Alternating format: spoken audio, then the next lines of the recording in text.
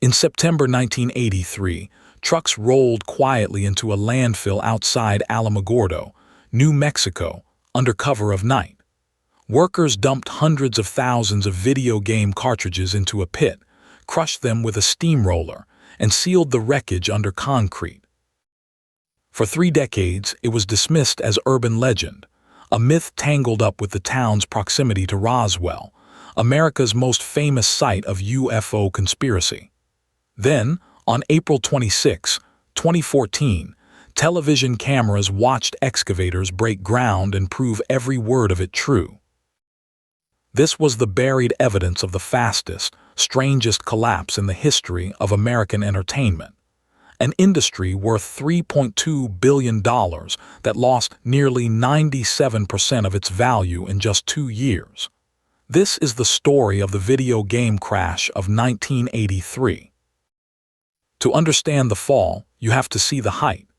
By the early 1980s, Atari was one of the fastest-growing companies in American history, built on the Atari 2600 and a cultural obsession with home video games.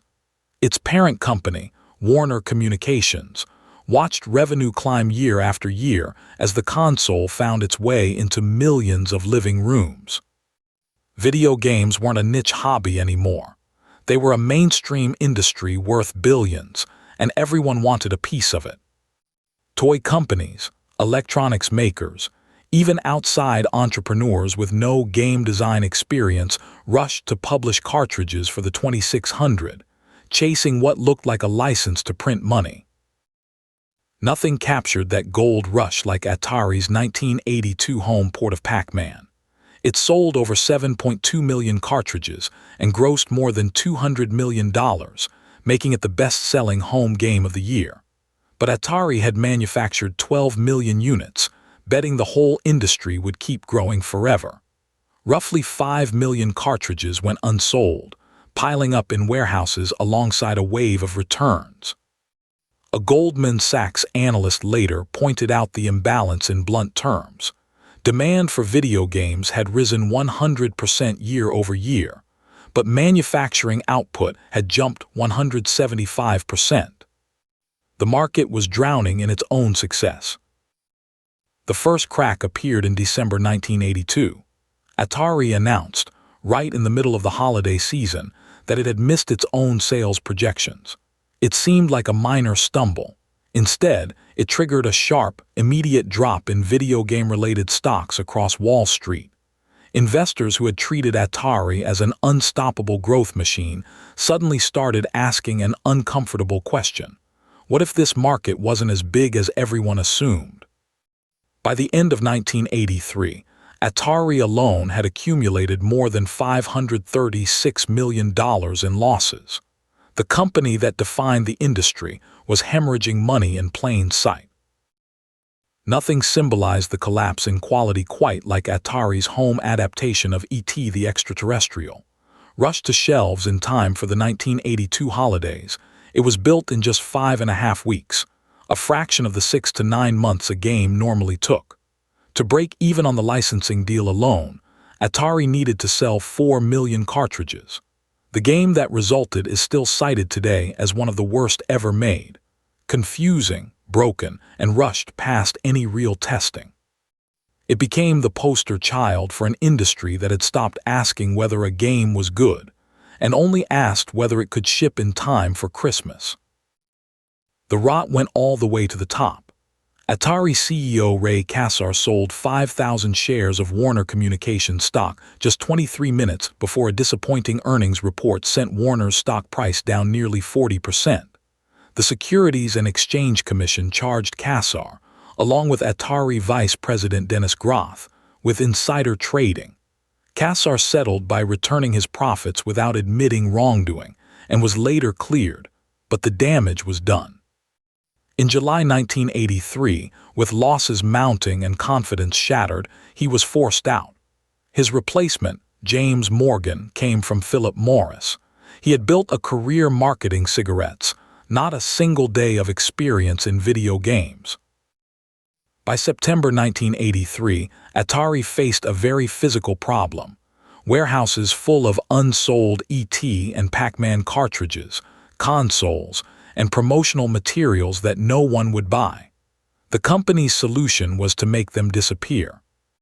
Trucks hauled an estimated 700,000 to 800,000 units out to a landfill in Alamogordo, New Mexico, a quiet desert town already famous for something else entirely: its proximity to Roswell, site of America's most enduring UFO legend. Atari crushed the cartridges, buried them, and reportedly poured concrete over the site to keep scavengers out. What was meant to vanish quietly, instead, became one of gaming's most persistent urban legends. For 31 years, the story lived only in rumor, swapped on early internet forums, dismissed by skeptics as an exaggeration. Then on April 26, 2014, a film crew and a team of archaeologists got permission to dig.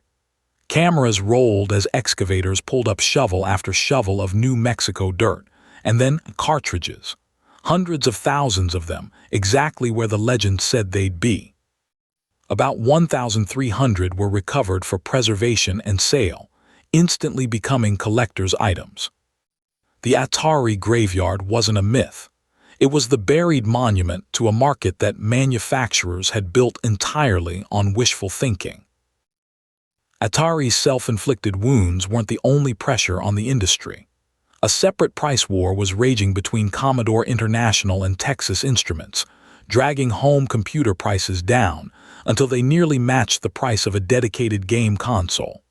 And a computer like the Commodore 64 could do something a console couldn't: word processing, programming, spreadsheets, real productivity, alongside the same games.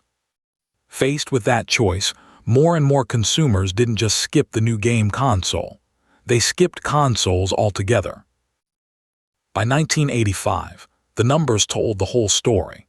U.S. home video game revenue, which had peaked at roughly $3.2 billion in 1983, collapsed to around $100 million, a decline of nearly 97% in 2 years. The worldwide video game market, arcades and computers included, shrank from an estimated $42 billion in 1982 to roughly $14 billion by 1985. Retailers stopped stocking cartridges altogether. Toy stores that once dedicated entire aisles to game consoles quietly cleared the shelves. As far as the American consumer was concerned, video games looked like a fad that had already come and gone. Warner Communications had seen enough. On July 2, 1984, it sold Atari's entire consumer division to Jack Tramiel, who had just resigned as Commodore's CEO 6 months earlier. The price was $240 million, much of it borrowed money, paid off over 10- and 12-year notes so favorable to Tramiel that one Wall Street analyst called it the most embarrassing takeover of the year. Tramiel wasted no time steering the renamed Atari Corporation away from the wreckage of game consoles entirely, pivoting the company toward home computers instead. The console pioneer had officially given up on consoles. The revival, when it came, arrived from Japan, and it arrived in disguise. Nintendo's Famicom crossed the Pacific in October 1985, rebranded for American shelves as the Nintendo Entertainment System. But Nintendo's marketing team understood something crucial. The words video game were now radioactive to retailers and parents alike, so they never used them. Cartridges became game packs, a term coined by marketing manager Gail Tilden. The console itself was marketed as a control deck. Nintendo bundled the console with ROB, a robotic accessory whose real job was making skeptical toy buyers believe they were stocking a robot, not a video game system. The console sold through Toys R Us and KB Toys, not electronics stores. And behind the scenes, Nintendo's lockout chip and its official seal of quality program restricted third-party publishers to 5 licensed games a year, a direct answer to the flood of garbage cartridges that had poisoned the market in 1983. By 1988, U.S. industry sales had rebounded past $2.3 billion, with Nintendo controlling roughly 70% of the entire market. The crash didn't just nearly kill an industry. It rewrote the rules for what came after: licensing controls, quality seals, and a permanent wariness about flooding shelves with anything just to hit a holiday deadline.